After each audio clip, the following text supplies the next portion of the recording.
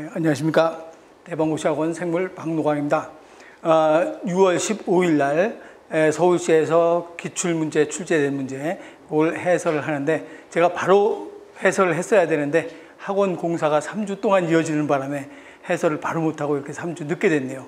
그래서 3주 만에 와보니까 학원이 어마어마하게 대공사를 해서 꼭 거의 뭐 호텔 수준으로 교실을 만들어 놓고 해서 아주 만족스럽습니다. 그러면 이제 지금부터 한번 2019년 6월 15일 서울시 생물기출문제 분석 한번 해보도록 하겠습니다. 우선 항상 내가 얘기하는 거지만 어디에서 많이 출제됐는가 했는데 이번엔 약간의 이변이 생겼죠. 1단원, 항상 1단원과 2단원과 5단원이 80%에서 85% 출제가 되는데 이번에는 25%, 20%, 20%, 65%밖에 출제가 안 됐어요. 그래서 그동안 서울시에서 계속 항상 80 넘어갔거든요. 근데 이번에는 65%밖에 출제가 안 되고 그 대신 이런 데서 출제가 많이 됐다는 거. 그래서 이제 앞으로 우리가 공부할 때 지금까지도 그렇게 공부해 왔지만 주된 단원도 공부해야 되지만 나머지들 진화생물학이나 생물다양성이나 식물의 구조화 기능 생태학 이런 데도 소홀하지 않고 공부를 해야 되겠다 이렇게 생각이 되죠. 그래서 지금 단원에서 생물다양성의 16번 문제 같은 건 진화생물학이거든요. 그래서 고생대, 중생대 나가는 거예요. 원래는 요 16번 문제가 여기 들어가 있어야 되는 거죠. 근데 우리 하이클래스 생물에는 내가 생물다양성에다 넣었어요. 왜 그랬나 그러면 여기다 집어넣으면 아직 동물의 분류, 식물의 분류도 배우지 않은 상태에서 여기서 현화식물이니 이런 게 막 나오기 때문에 내가 이것만 우리 하이클래스 생물에선 여기다 안 집어넣고 식물 이거 다 배우고 생물 다 배우고 난 후에 배워야 고생대 때 어떤 게 나왔다. 또 현화식물이 어떤 데 나왔구나. 곤충이 어떤 데 나왔구나. 절지동물 이런 것에 대해서 완전히 알고 난 다음에 공부하는 게 쉬워서 여기다 넣었어요. 근데 실제로는 이게 여기에 들어간 거거든요. 내가 얘기하는 거면 진화생물학에서 그럼 세 문제가 나왔다는 얘기예요. 엄청나게 많은 거죠. 진화생물학 아주 짧은 단원이에요. 단원도 적고 페이지 수도 가장 적은 페이지를 가지고 있는 진화생물학에서 세 문제가 출제가 됐다는 것은 앞으로도 진화생물학에 조금 관심을 두고 우리가 공부를 해야 되겠다는 얘기가 되죠. 그리고 생태학에서 우리 교재에는 요 8번 문제가 피토크로 문제예요. 8번 문제가 생태학에 들어가 있는데 실제로는 피토크로 문제가 식물의 구조와 기능이거든요. 근데 이걸 다 배우고 난 후에 하는 게 더 좋을 것 같아서 여기다 집어넣었는데 내년 하이클래스 생물, 그러니까 2020년도 하이클래스 생물에서는 다시 이걸 여기다가 집어넣을 예정이에요. 하이클래스 생물 잠깐 얘기하자 보면 지금까지 나온 하이클래스 생물에서 항상 5년 정도에 한 번씩 제가 대폭 개정을 하거든요. 이번 하이클래스 생물도 마찬가지 2020년 하이클래스 생물은 내용도 굉장히 심화되게 해서 대폭 개정을 해서 이제 강의를 할 예정이에요. 왜 그러면 문제가 계속 어려워지기 때문에 5년 전 문제보다 지금 문제가 굉장히 어렵거든요. 7급 문제보다 어렵게 나오는 경우가 있어요. 그래서 하이클래스 생물도 거기에 맞춰서 5년 만에 굉장히 심화되게 내용을 다시 재정비해서 9월부터는 이제 그거 가지고 강의할 예정입니다.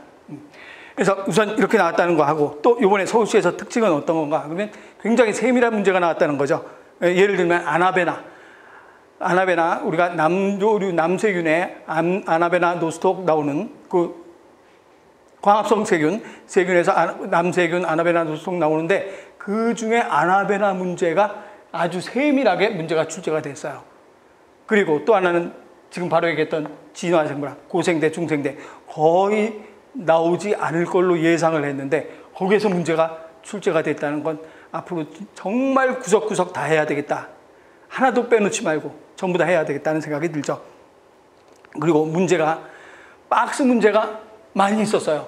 문제 뭐 예를 들어서 1번 해놓고 설명해놓고 박스를 해놓고 옳은 것은 어떤 것이냐 해서 K형이 아니라 문제 지문이 굉장히 길다는 얘기죠.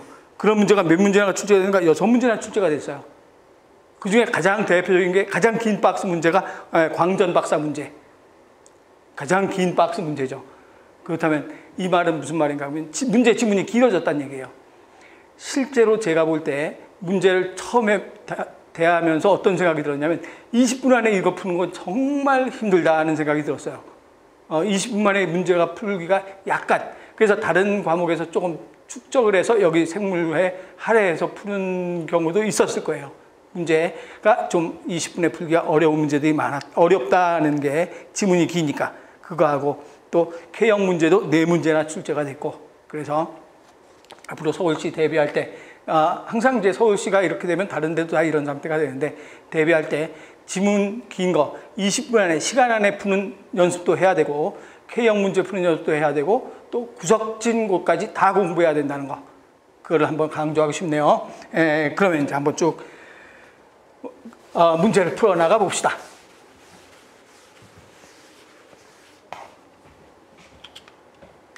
1번 문제, 이렇게 K형 문제가 아니고 박스 문제가 6문제나 출제됐다 이 말이에요. 그래서 다음 1번 문제에서 보기에서 공통적으로 설명하는 호르몬에 대한 것은 어떤 것이냐. 그래서 곰팡이가 합성하면서 벼에 키달병을 유발한다. 보리곡물 중에서 종자의 배에 존재하며 발아촉진 나와 있죠. 요거 하고, 그 다음에 톰슨의 씨 없는 포도. 씨 없는 포도는 우리 모의고사 문제풀이, 모의고사 문제풀이 2회의 19번에 그것도 2번이었었어요. 거기에 뭐라고 했는가 그러면 씨 없는 포도를 만드는 것은 옥신과 지베렐린이다라고 설명을 해서 문제풀이에서 설명을 했죠. 그래서 이건 옥신과 지베렐린이고, 그럼 옥신이냐 지베렐린이냐 했는데 발아촉진이니까 뭐가 되는가? 지베렐린이 되겠죠. 그래서 답은 3번 지베렐린이다 이렇게 얘기하죠. 그래서 이거는 우리 호르몬, 식물의 호르몬, 거의 배운 수준으로 출제가 되는 호르몬이죠. 그 다음에 2번 문제는 시아노박테리아. 이게 너무 세밀하게 나왔던 문제죠. 시아노박테리아에서 아나베나에서 일하는 질소고정에 대한 설명으로 오는 것은 어떤 것인가 그랬어요. 그래서 1번 대기 중의 질소를 암모니아로 전환한다. 이거는 이제 흔히 배운 거고. 2번에 산소는 질소고정 효소를 활성화시킨다. 실제로 이 아나베나가 이런 모양으로 세포가 이렇게 있으면 이게 아나베나 세포인데, 아나베나가 군체 형성해요. 군체를 형성해 가면서 아나베나가 있는데 이 중에서 몇몇 세포들이 다른 모양으로 생겼어요. 다른 모양에 생긴 세포. 그리고 나머지 또 군체 형성하고 또 이렇게 군체 형성을 해서 살아가는데 일부의 세포들이 다른 모양으로 생긴 세포들이 군데군데 껴 있어요.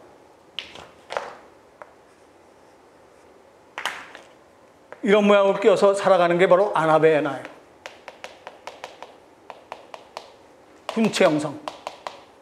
그래서 일부 요놈들은 뭐 하는 세포들인가? 광합성 하는 효소를 가지고 있어요. 광합성 유전자를 가지고 있고, 이 특별하게 다른 세포, 이게 E형 세포죠. E형 세포는 질소고정 유전자를 가지고 있어요. 유전자. 그러면 이 세포는 광합성만 해요. 이 세포는 질소고정만 해요. 왜 그런가 그러면 이 광합성을 하면 이산화탄소 플러스 물은 포도당 플러스 산소가 나오죠. 산소가 질소고정 효소의 작용을 불활성화시켜요. 그렇기 때문에 같은 장소에서 질소고정과 광합성을 못하는 거죠. 그래서 이 산소가 질소고정 효소의 작용을 불활성화시키기 때문에 같은 세포 내에서 광합성과 질소고정을 못하니까 E형 세포라는 게 있어서 그 세포에서는 질소고정하고 다른 세포에서 광합성을 하게 되는 거죠. 그래서 이번에 산소는 질소고정 효소를 활성화시키는 게 아니라 불활성화시키니까 이렇게 따로따로 사는 거예요. 따로따로 군체 형성해 가면서 E형 세포로 있는 거죠. 그리고 3번에, 그래서 2번이 잘못됐죠. 활성화가 아니라 불활성화. 3번에 광합성 세포와 E형 세포 사이에는 세포간 연접이 형성돼 있다. 세포간 연접이 형성돼 있어서 광합성에서 만든 산물이 어디로 가는가? 여기로 가고, 질소고정한 산물이 여기로 이동돼야 되죠. 서로 교환을 해야 돼. 산물 교환을 해야 된다. 그래서 광합성 세포와 E형 세포는 세포 간 연접이 형성되어 있으면서 서로 광합성에서 만든 양분과 질소고정한 물질을 서로 교환하게 된다. 그리고 E형 세포에는 질소고정 유전자가 있어서 질소고정 효소를 만들 수 있다. 맞는 말이죠. 그래서 잘못된 건 2번이 잘못됐는데 이건 조금 심화로 좀 어렵게 구석진 곳에서 출제가 됐어요. 그래서 답은 맞는 건 뭐가 맞는 말인가? 2번이 잘못된 말이 되죠. 질소고정을 활성화시키는다가 아니라 불활성화시킨다라고 해야 되죠. 그래서 우리가 이제 요 정도까지 질소 고정, 암모니아 질소 고정한다는 것까지는 우리가 이제 이 시아노박테리아에 대한 설명을 했는데 그 외에 너무 E형세포라는 구체적인 내용은 마찬가지 E형세포라는 내용은 좀 구체적인 내용이 된 거죠. 그래서 2번이 되고, 그래서 제가 이런 건 다 설명했지만 이 E형세포라는 말 하나를 놓쳤어요. 그 다음에 3번은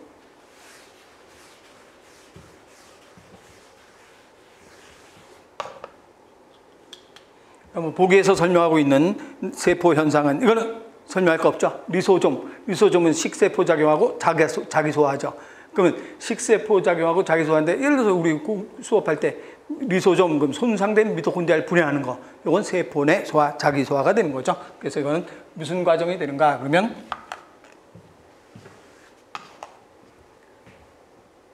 소낭, 리소좀과 융합하고, 소낭이 리소좀과 융합하고 가수분해 요소가 세포 소기관의 성분을 소화한다 그랬으니까 이거는 무슨 소화가? 자기 소화다. 이건 뭐 특별하게 어려운 말 아니고, 그 다음에 4번은 생체 내에는 다양한 고분자 화물이 존재한다. 다양한 고분자 화물이 존재하는데 여기서 가장 옳은 것은 어떤 것인가 그랬어요. 그러면 1번에 당류에 해당하는 글리코젠은 셀룰로즈와 당의 연결 상태가 가지친 구조가 나타나지 않는다. 나타난다. 녹말에서 아밀로스와 아밀로펙틴. 아밀로스는 나타나지 않지. 근데 아밀로펙틴 나타나죠. 셀룰로즈도 마찬가지. 이 글리코젠은 가지친 구조가 나타난다라고 해야 되죠. 아밀로스는 가지친 구조가 나타나지 않고, 아밀로펙틴은 가지친 구조가 살짝 나타나고, 글리코젠은 많이 나타나죠. 셀룰로즈는 뭐가 되는가 그러면 수소결합으로 연결하죠. 네, 셀룰로즈는 가지친 구조는 아니고 가지와 가지 사이에, 즉 사슬과 사슬 사이에 수소결합. 근데 셀룰로즈와 달리 연결 상태인 가지친 구조가 나타나지 않는다가 아니라 나타난다라고 해야 되니까 틀렸고, 이번에 인지질은 소수성 분자 탄화수 꼬리를 2개 가지고 있다. 맞죠? 근데 지방산은 3개의 탄화수 꼬리를 간다. 지방산이 아니라 뭐라고 해야 되는가? 지방은 3개의 소수성 꼬리를 갖는 지방산 3개 가지고 있다. 이렇게 돼야 되죠. 지방이 아니라 지방산이라 지방. 이런 문제는 이런 문제 정도. 이게 여러분들 시험 볼 때 얼마나 긴장해요. 또 문제 받아보니까 굉장히 길고 내용 길고, 그런데 갑자기 이런 문제가 나오면 지방산을 지방이라고 읽어서 이게 맞는 거다, 이렇게 해석할 수도 잘못하면 있어요. 이런 거 조심해야 되죠. 3번 단백질 가지는 구조의 도메인은 고유의 3차 구조 가지고 있어요. 3차 구조가 독립된 기능 할 수 있어요. 누군가? 미오글로빈 같은 경우는 독립적으로 기능할 수 있어요. 물론 4차 구조도 독립 기능할 수 있어요. 2차 구조도 마찬가지, 1차 구조도 마찬가지. 인슐린 독립 기능하죠. 그래서 단백질은 각각 다 독립 기능을 할 수 있다. 3차 구조뿐이 아니라 나머지도 다 독립 기능할 수 있다. 맞는 말이죠. 그다음 디옥시리보스와 5번 탄소의 인산기가 결합하고, 인산기는 몇 번 5번 탄소에 인산기 결합하고 3번 탄소에 염기가 결합한다. 그러면 염기는 몇 번 탄소에 결합하는가? 네, 인산기는 염기는 몇 번 탄소인가? 그러면 우리 항상 그릴 때 이렇게 그렸잖아요. 1, 2, 3, 4, 5번. 5번 탄소의 인산기. 염기는 몇 번 탄소에 있는가? 1번 탄소의 염기. 이건 누누이 설명했던 거죠. 그래서 1번 탄소의 염기, 5번 탄소의 인산기. 5번 탄소의 인산기가 결합하고 3번 탄소에는 염기가 결합한다가 아니라 1번 탄소에 염기가 결합한다 해야 되겠죠.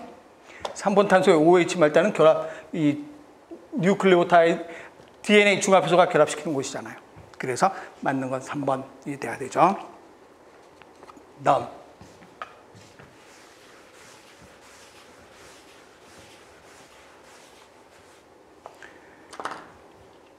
5번은 세포에 위치한 가스파리안선. 요거는 우리 교재에 몇 번 계속 밑줄까지 쳐줬잖아요. 슈베린. 그렇죠? 그래서 밑줄까지 쳐줬던 문제. 그래서 2번 내야 되죠. 가스파리안선 슈베린이다 라고 하고, 6번 문제는 이것도 우리 교재 그대로 있는 거죠. 네. 뇌세포의 결정적인 효소가 제대로 작용하지 못하고 특정 지질을 대사하지 못하게 된다. 뇌세포에 축적되면 유하는 경련, 이런 것은 무엇인가? 그러면 이것도 우리 교재 그대로 거의 그대로 있는 테이삭스병이죠. 요거 두 가지가 우리 교재에 뭐라고 했었는가 하면 상염색체 무슨 유전질환인가? 상염색체 열성 유전질환. 요거 두 가지는 상염색체 우성 유전질환이라고 해서 교재에 나왔던 거죠. 그래서 이건 어렵지 않은 문제가 되고,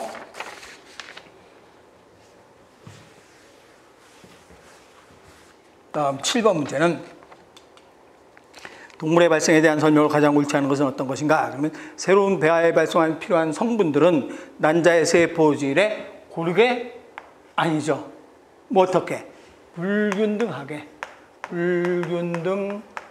분포가 되어 있다. 어디에서 했어요, 우리? 예. 어디에서 요 불균등이란 말 했는가 하면 우리 교재에 목의 영양 유전자. 목의 영양 유전자에서 불균등하게 분포되어 있다. 그래서 바이코드와 나노스가 불균등하게 분포되어 있어서 머리 부분만 꼬리 부분만 든다라고 했죠. 틀렸고. 네, 이번에 양서류의 난모세포는 수정류의 회색 신호란, 이것도 우리 교재에 뭐 했었는가 하면 이런 모양으로 해서 요게 회색 신호란이 이렇게 있다 그랬어.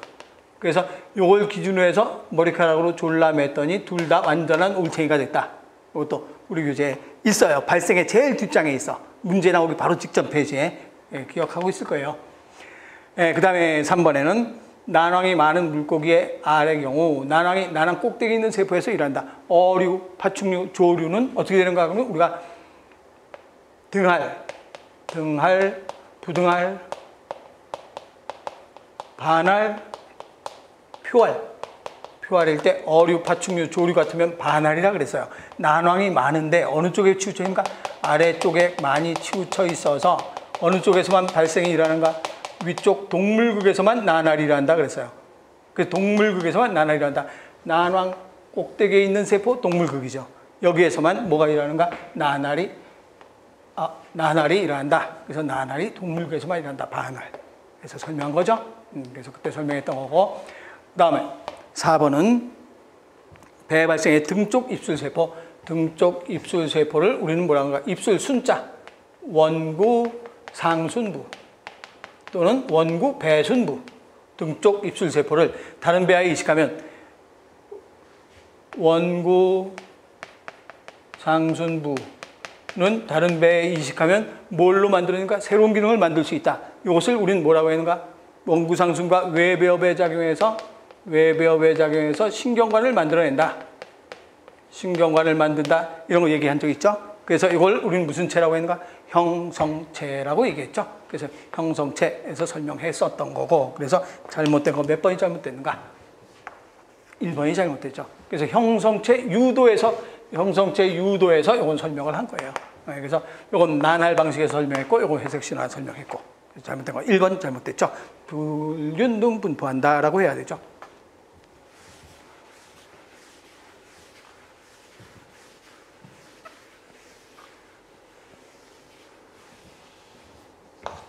다음 넘어가서 겨울에 단일식물인 국화를 생육시키는 온실의 관리자가 밤에 실수로 660 파장, 적색광 파장이죠. 적색광 파장이고 730은 적색광에서 멀어졌죠. 근적외선이죠. 근적외선. 이렇게 비추었을 때라고 했어요. 그럼 이렇게 비추었다 껐다. 그러면 어떤 상태가 되는가? 그래서 뭐 우리 설명할 때 했는가? 그러면 이런 모양으로 해서 이게 한계암기다. 한계 암기 0이고 여기는 24시간. 이렇게 됐을 때 이런 모양으로 하고 여기에 무슨 색 해놨는가? 그러면 암기인데 R이라고 해놓으면 단일식물의 경우는 R 이렇게 하면 암기가 쭉 되다가 중간에 빛빨간 적색광을 비쳤다 그러면 암기가 이어지지 않으니까 단일식물은 낯이 짧다. 지속적인 암기가 필요하다. 근데 암기가 중간에 끊어졌잖아요. 개화하지 않죠. 지속적인 암기가 끊어졌기 때문에 개화하지 않는다. 그런데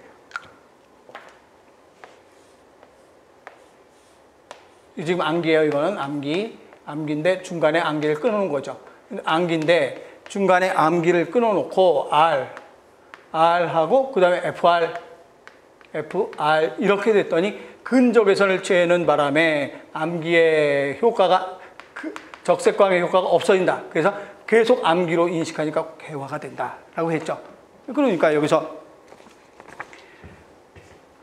이거의 파장을 잠시 켰다가 이거의 파장을 켰다가 끄고 그 다음에 이거의 파장을 해서 그럼 어떻게 되면 꽃이 피겠죠. 무슨 식물이니까? 단일 식물이니까. 그래서 단일 식물은 개화한다 가 되죠. 그리고 PR하고 PFR 있을 때 요거는 적외선이죠. 근데 이렇게 되면 근적외선이죠. 그럼 근적외선을 빛을 주니까 근적외선을 주니까 이게 순간적으로 이렇게 되죠. 암소라면 한참 있다가 하지만 근적외선이면 순간적으로 R로 넘어가죠. 그래서 R이 많아지죠. 그래서 R로 넘어간다. 그래서 R이 많아진다라고 하면 PR형의 피토크롬으로 전환된다. PR형으로 전환된다. 왜 그러면 근적외선이니까. 근적외선을 비췄기 때문에 이거 비추고 난 후에 이거 비췄으니까 근적외선을 비춰서 PR로 전환된다. 그래서 맞는 건 니은 디귿번이 맞는 말이죠.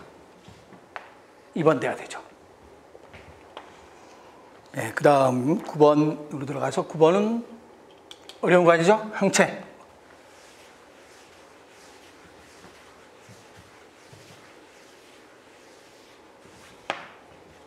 두 개의 중세와 두 개의 경세로 구성되어 있는 항체. 항체 하면 이 생각이 이렇게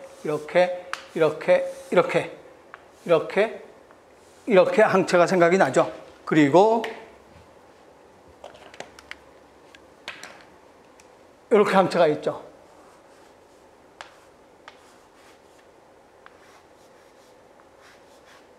네, 이런 항체가 생각이 나겠죠. 그러면 이거는 무슨 쇠라고 하는가? 중쇠.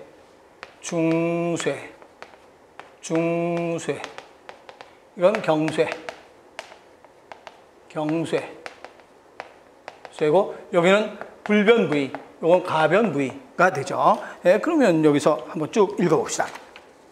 제일 먼저 1번에 두 개의 중세는 결합되어 있지만 두 개의 중세는 결합되어 있다. 두 개의 중세는 결합되어 있죠. 무슨 결합? 이황화 결합되어 있지만 두 개의 경세는 서로 결합작용을 하지 않는다. 두 개의 경세, 이거 결합할 거 있지 않죠. 그래서 두 개의 중세는 결합하지만 두 개의 경세는 결합하지 않는다. 경세는 이거하고 이렇게 결합되어 있죠. 그래서 1번 맞고 2번에 중세와 경세 모두 가변과 불변. 중세도 가변과 불변. 경세도 가변과 불변 있죠. 맞고. 네, 두 개의 중세는 불변 영역에서 서로 결합한다. 두 개의 중세는 불변 영역에서 서로 결합하지. 중세가 여기랑 결합하는 중세가 어디 있어요? 이황화 결합은 이렇게 할 수 없지. 이황화 결합은 여기서 해야 되죠. 그래서 두 개의 불변 영역에서 결합을 하게 된다. 맞죠? 네, 경세와 중세의 가변 영역 각각 독립된이 아니라 서로 공통된 경세와 중세의 가변 영역에서 서로 공통된 항원을 인식해야지. 이런 항원이 있다. 이런 항원이 있다면 이 항원을 인식을 해야죠. 그래서 같이 공통적으로 인식을 한다 해야 되기 때문에 독립된이 아니라 공통적으로 인식을 한다. 공통적으로 인식해야 된다 그러죠. 그래서 잘못된 거 몇 번이 잘못됐는가? 4번이 잘못된 말이 되죠. 어렵지 않죠? 여기 그림만 머릿속에 금방 생각하면 금방 나오잖아요. 네, 10번은 시트를 한 회로 이거는 답만 하면 되죠. 그래서 시트산 회로 어디에서 어디로 갈 때인가? 그러면 가장 복잡할 때니까 알파, 케토, 글루타산에서 석신산 갈 때 이때 ATP가 생성된다. 우선 GTP가 먼저 생성되겠죠. 그 다음에 ATP가 생성된다라고 해야 되죠. 그래서 이건 어렵지 않은 문제고. 그럼 11번은 바이러스 중에서 이중가닥 RNA를 가지고 유전체로 가지고 있는 것은 어떤 것인가? 그래서요. 그러면 여기서 우리 바이러스에서 외울 때 단일가닥 DNA, 이중가닥 DNA, 단일가닥 RNA, 이중가닥 RNA. DNA는 대부분 다 우리로 생각하면 되죠. 대부분 생물은 다 DNA는 이중가닥이죠. 그럼 바이러스도 대부분은 다 이중가닥이에요. 또 우리의 RNA는 무슨 가닥인가? 단일가닥이죠. 바이러스도 대부분은 단일가닥이에요.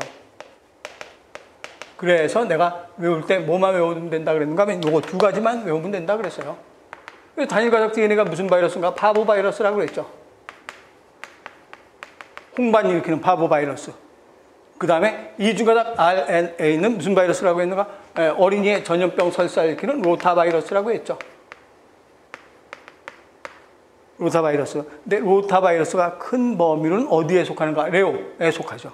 그래서 레오 바이러스의 로타 바이러스. 혹은 파보 바이러스. 이렇게 얘기하죠. 예를 들면 사스 바이러스. 사스 바이러스는 큰 범위로 어디에 속하는가? 코로나 바이러스에 속하죠. 그래서 사스 바이러스는 코로나 바이러스. 로타 바이러스는 큰 범위는 레오 바이러스. 이렇게 얘기하는 거예요. 그래서 레오 바이러스가 바로 이중가닥 RNA를 유전체로 가지는 바이러스다라고 얘기를 하죠. 그래서 4번. 그래서 이거는 내가 서울시 간호직 대피 특강 유전학의 104번에서 한번 해줬고 2019년 단원별 문제 풀이해서 이렇게만 해놓고 문제 있었는데 내가 그때 설명할 때 이거 다 설명을 해줬어요. 그래서 그때 레오 로타 바이러스 기겠죠. 그래서 답은 4번 돼야 되고 그 다음 이 문제가 지문이 너무 길었고 너무 좀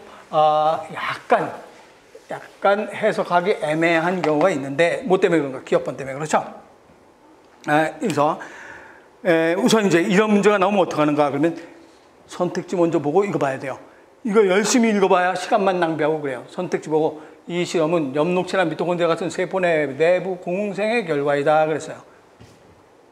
그럼 내부 공생의 결과라는 증거는 어디에서 잡아야 되는가? 내부 공생의 결과라는 증거이다라고 했어. 그럼 어떤 거에서 잡아야 되는가? 그러면 여기서는 일부 아메바는 생장을 느렸지만 살아남았어요. 어떻게 했을 때? 아메바 배양세포의 간균에 오염이 됐어. 전염된 아메바 중에서 일부는 살아남았고, 그리고 또 거기서 5년 후에 5년 동안 유지한 결과 아메바 자손들은 간균의 숙주세포가 됐다. 간균이 들어왔는데 아메바가 안 잡아먹었어요. 왜 안 잡아먹었는가? 자기한테 유용한 어떤 물질을 줄 줄 아는 거지. 누구나 마찬가지인가? 큰 원시 진핵세포에 호기성 세균이 들어갔어. 근데 그 원시 진핵세포가 이 호기성 세균을 안 잡아먹었어. 그냥 놔뒀어. 왜 그런가? 얘가 영양분을 산소를 가지고 분해해서 에너지를 계속 만들어주니까 이 자식 필요하구나. 안 잡아먹었어요. 그래서 공생을 하게 된 거죠. 엽록체도 마찬가지. 남세균이 들어갔어. 근데 왜 숙주세포가 안 잡아먹었겠어요? 이놈이 광합성에서 양분을 나한테 주는구나. 좋은 일이 있으니까 안 잡아먹었죠. 그럼 이것도 간균에 대해서 오염된데 아메바가 왜 일부는 죽었지만 대학부터 일부는 죽을 수 있어. 근데 일부는 그대로 아메바는 생장을 느렸지만 살아남았어. 안 잡아먹었다는 얘기예요. 근데 5년 후에는 숙주가 됐어. 그 이유는 왜 그런가? 그러면 이건 서로 공생, 미토콘드리아 남세균이나 호기성 세균들이 숙주하고 같이 뭐했다는 소리가 공생했다는 말이 되는 거예요. 그래서 기억번호 공생설 맞는데 이 문제가 6월달 수능 6월달 모의고사 평가원 모의고사에 문제가 지문에 출제된 거예요. 생물의 지문이 아니라 국어 지문에 출제된 거거든요. 국어 지문에 출제됐는데 그때 어떤 말이 또 있었는가 하면 이 뒤에 뭐라고 되어 있는가 하면 아메바에는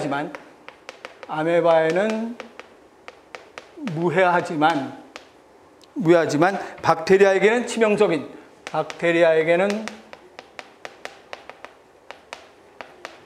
치명적인 항생제.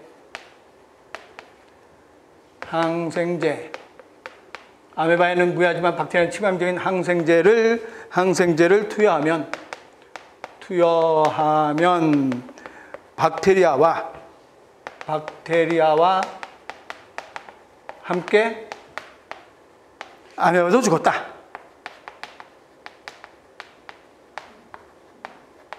이런 지문이 6월 평가원 모의고사 문제 국어 문제의 지문이 나왔어요. 그럼 이런 지문이 그대로 이 지문이 추가됐어요.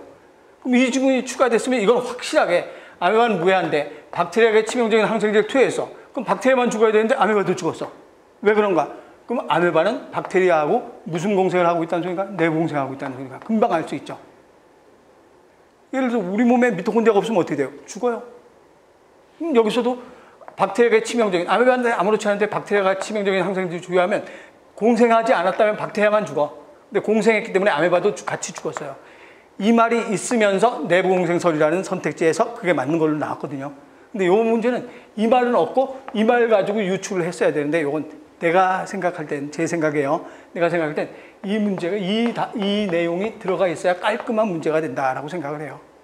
그런데 그래도 그나마 이런 말 가지고 유추할 수는 있다라고 얘기할 수 있어요. 네, 니은번에 간균의 숙주가 대포가 된 아메바는 일부 유전자를 상실했다. 간균의 숙주가 된 아메바는 일부 유전자를 상실했다. 그 이유는 뭘 보고 알 수 있는가 하면 감염되지 않은 아메바의 핵을 제거한 후에 감염된 아메바의 핵을 이식했어. 그랬더니 감염된 아메바가 모두 죽었어요. 감염된 아메바에는 뭐가 있는가? 일부 유전자가 상실했으니까 이 정상적인 핵을 제거하고 이걸 집어넣은 바람에 모두 죽었어. 일부 유전자 상실했다는 걸 알 수가 있다는 얘기죠. 그래서 요거는 요 노랗게 해놓은 거 갖고 알 수 있고, 요거는 요거 갖고 알 수 있고. 그런데 이번에 간균의 일부 유전자가 숙주세포가 된 아메바로 이동되었다는 말은 이 자료에서는 없어요. 찾을 수가 없는 거예요. 그래서 이 자료에서는 이동하였다는 건 알 수가 없다. 네, 숙주세포의 아메바 생존을 위해서 간균이 필요하다는 걸 보여준다. 이건 내부 공생이죠. 그래서 이것도 맞는 말이고, 이것도 마찬가지 여기에서 우리가 찾을 수가 있죠. 노란 거에서 찾을 수가 있죠. 그래서 맞는 것 기억, 니은, 리을이 돼야 되기 때문에 기억, 니은, 리을 3번 돼야 되죠. 그런데 분명히 니은, 리을은 맞는 말이거든요. 니은, 리을을 아는데 니은, 리을이 답이 복이 없어요. 니은, 리을 여기 있구나. 그런데 디귿은 이 보기에서 전혀 이 디귿은 알 수가 없어요. 어디 찾아낼 수가 없어요. 핵으로 이동된 것은. 그래서 맞는 건 기억, 니은, 리을인데 이 문제 푸느라고 좀 시간이 많이 걸렸을 거예요. 그래서 문제가 이런 말이 있으면 깔끔하게 시간 빨리빨리 해서 풀었을 텐데 이 문제를 쏙 빼버리고 국어 지문을 여기다 도용을 한 거예요. 그래서 좀 아쉬웠던 문제라 얘기할 수 있죠. 그 다음 13번. 13번은 이거는 뭐 금방 알 수 있죠. 생식적 격리. 생식적 격리에서 뭐가 되는가 그러면 생식공이 정렬되지 못해서 짝짓기를 할 수가 없었다라고 했으니까 생식기의 차이점이죠. 생식기의 차이점이니까 생식기의 차이점이라면 무슨적 격리인가? 기계적 격리다. 우리 진화에서 계속 설명을 했었던 거죠. 생식기관의 차이. 생식기관의 차이. 나머지 뭐 설명할 거 없죠? 그래서 생식관 차이다 라고 하고. 그다음에 14번은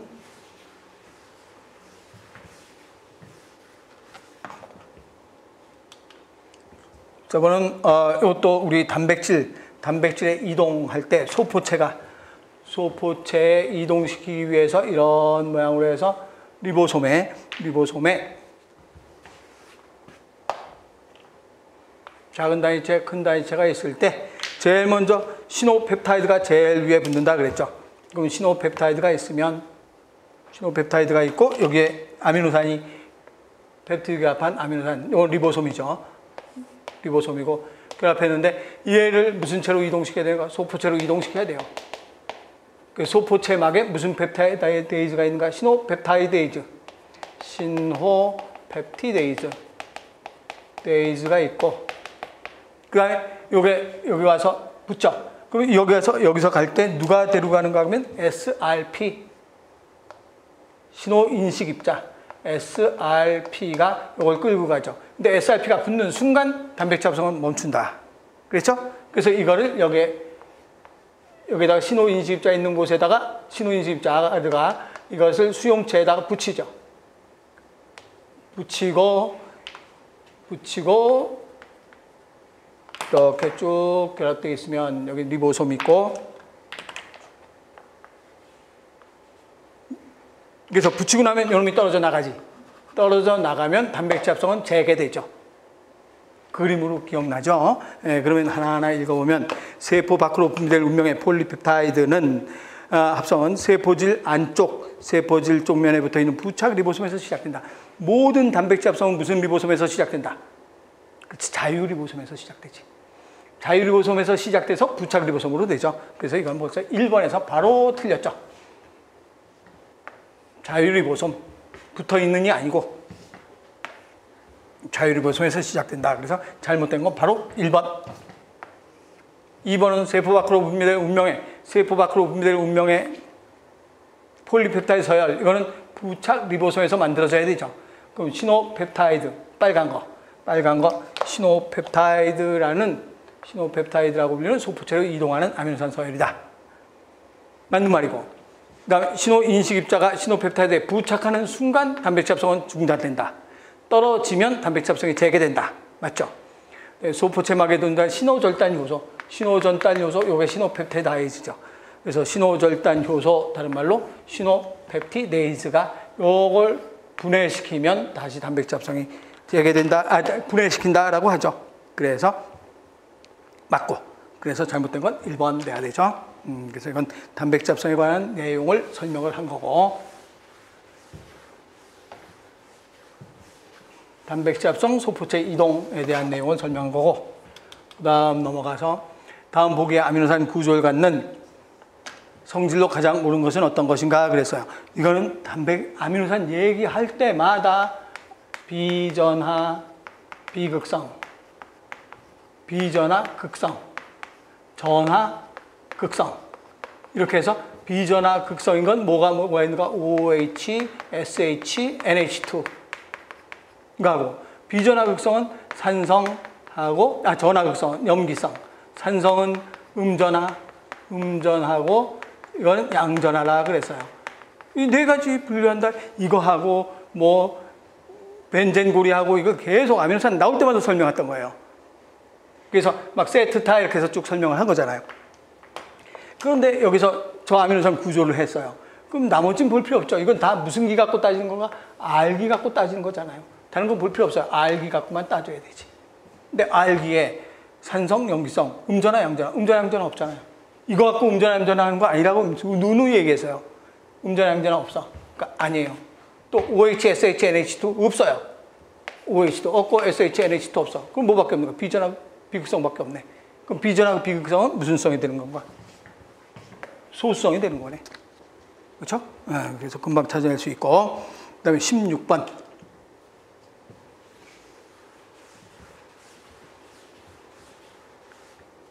16번 문제는 지질학적 기록을 바탕으로 지구생물의 역사를 설명한 내용. 이것도 교재에 다 있는 내용인데 내가 줄을 2개 안 쳐줬어요. 줄 쳐줬어야 되는데 줄 안 쳐주면 또 공부 안 하지.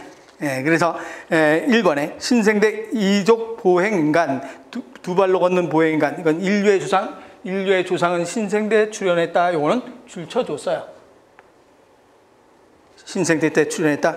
그리고 곤충은 중생대 때 출현했다. 곤충은 무슨 대 때 출현했는가? 고생대. 고생대인데 우리 교재에 있는데 내가 밑줄 안 쳐줬어.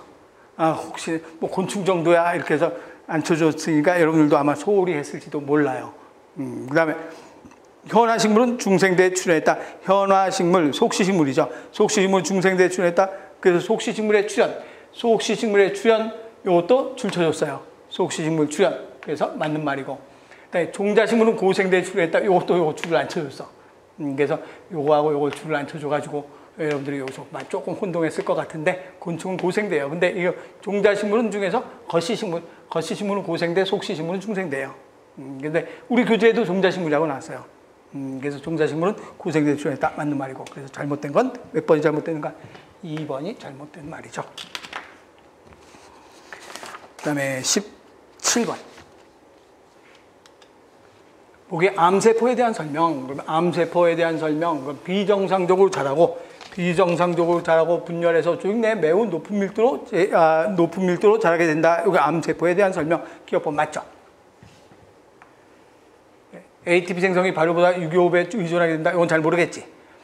주변에 작은 혈관에 있는 모세혈관이 비정상적으로 증가한다. 혈관을 증가해서 혈관을 타고 전이가 일어나죠. 맞죠? 세포각 단백질의 변형이 생겨서 조직 내에서 세포 간의 부착 능력이 강해지면 전이가 안 일어나죠. 한 군데 딱 달라붙어서 부착 능력이 강해지면 전이가 안 일어나. 부착 능력이 약해져야 전이가 일어나죠. 그러면 기역 디귿 아니면 기역 니은 디귿이겠네. 그럼 기역 디귿 아니면 기역 니은 디귿. 그러면 맞는 거 뭐밖에 없는가? 기역 디귿밖에 없죠. 2번 돼야 되죠. 그래서 꼭 뭐 여기서 얘는 꼭 6.25 ATP 발효보다 얘는 아무 때나 잘 살아가요. 어떤 것이거나 전부 다 의존해서 잘 살아간다라고 하는 거죠. 그래서 맞는 건 기역 디귿번이 돼야 되지. 2번 돼야 되죠. 다음 18번. 보기처럼 유전적 질환이나 암 발생과 연결되는 구조 질환, 여기서도 마찬가지예요. 이런 거 읽을 필요 없어요. 문제에서 딱 보기처럼 유전적 질환, 암 발생과 관계될 수 있는 염색체 구조 변화라고 했어요. 구조 변화는 뭐 있는가? 결실, 전자, 중복, 여기. 구조 전화. 예, 결실, 전자, 중복, 여기. 그럼 여기에는 뭐가 있는가? 염색체 일부가 상대적으로 옮겨가면서 이거는 전좌. 이거는 중복. 그러니까 이거는 염색체 일부가 교환되는 전좌. 전좌 여기 있다. 염색체 일부가 옮겨가면서 특정 DNA 염기서열. 염색체 일부가 옮겨가면 상동에서 옮겨서 특정적 용기서열이 중복되는, 여기 중복을 빠졌구나. 그렇죠? 네. 염색체 일부가 여기 있구나. 중복. 내가 잘못 봤구만. 여기 중복. 2번 이상 되는 중복 있고, 그 다음에 여기가 있고, 그 다음에 전좌가 있고, 그래서 결실, 전좌, 여기 중복, 구조적 변화죠. 그런데 감속열에서 교차는 돌연변이를 일으키지 않는다라고 했잖아요. 뭐 설명할 했는가? 내가 전좌 설명하면서 얘기했어요. 전좌 설명하면서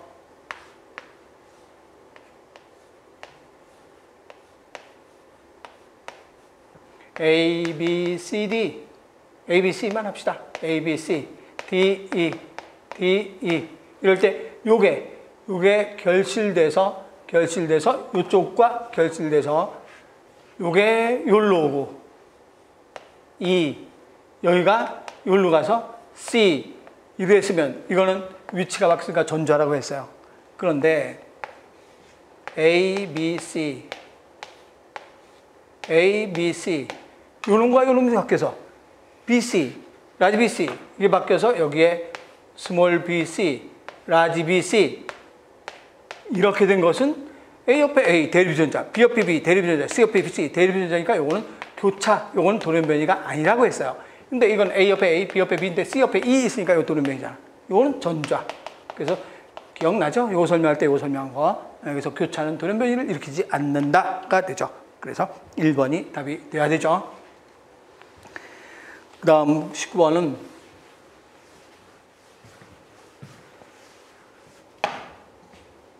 평소 신장질환을 앓고 있는 소변을 채취한 알부민을 했어요. 알부민 함량. 알부민이 검출. 어디에? 소변에 알부민이 검출됐다. 그러면 소변에 알부민이 검출된 이유는 왜 그런가? 알부민은 단백질이잖아요. 오줌 속에 단백질이 검출됐다. 그럼 단백질이 여과됐다는 얘기죠. 단백질은 사구체에서 여과되지 않는다. 그런데 오줌 속에 단백질이 검출됐다. 그럼 어디가 잘못된 거야? 사구체가 잘못됐다. 사구체에서 여과가 되지 않았다. 그래서 어디가 잘못되는가? 사구체 여과가 되지 않았다는 말이 되는 거죠. 1번 돼야 되고. 20번은 이산화탄소 수송에 대한 설명 중에서 옳은 것은 어떤 것인가? 이것도 막 계속 그려주면서 설명했으니까 그림 안 그리고 그냥 말로 할게요. 이산화탄소는 중탄산염 형태로 대부분 이동된다. 이 말은 맞는 말이죠. 그래서 중탄산염의 상태로 대부분 몇 퍼센트가? 70%. 플러스 7%. 요거는 적혈구에 의해서 생성된 70%. 요거는 혈장에서 생성된 70%. 그렇지만 둘 다 혈장에 의해서 운반되죠. 그래서 적혈구에서 생성된 70%, 혈장에서 생성된 70% 혈장으로 운반된다. 그래서 기억법 맞고. 니은번은 이산화탄소 대부분 가아미노 해물로 대부분이 아니라 23%. 숫자는 뭐 내가 외우지 않아도 되지만 이 정도로 적다는 걸 얘기했어요. 적혈구에서 중탄산염, 해모균과 결합하는 건 중탄산염이 아니라 뭐가 되는가? 수소이온. 수소이온이 해모균과 결합하잖아. 그래서 운반돼서 가죠. H2CO3가 H이온과 HCO3로 될 때 요거는 밖으로 나가고 요 놈은 해모균과 결합하고 기억나죠? 일반에 폐포모세가 중탄산염은 수소이온과 결합해서 이산화탄소. 이제 폐포모 쪽으로 가면 다시 요 놈이 이걸랑 결합해서 요걸로 됐다가 다시 이산화탄소 물로 돼서 이산화탄소는 폐포로 가야 되죠. 그래서 맞죠? 그래서 맞는 거 뭐 맞는 말인가? 기억. 1번이 맞는 말이 되죠. 1번 돼야 되죠. 네. 그래서 그래서 우리가 20문제를 쭉 설명을 해보니까 다 배운 거예요. 거의 다 배운 건데 거기서 약간 뭐 알부민 이거 나온 거나 또는 여러 가지 그러니까 바이러스나 이런 거 나온 것 중에서 이제 조금 응용해야 될 문제들 이런 문제들을 잘 보고서 답을 했으면 되는데 여러분들이 아마 시간 때문에 약간 놓친 문제도 있었을 걸로 봐요. 그래서 실제로 점수는 그다지 높은 점수가 나오지 않을 걸로 이 컷 점수가 그다지 높게 나오지 않을 걸로 예상이 돼요. 그래서 바로 아까도 얘기했지만 바로 해설을 해서 여러분들 속을 시원하게 풀어줬어야 되는데 학원 공사 때문에 해설이 늦어진 것 양해해 주시기 바랍니다. 예, 수고했습니다.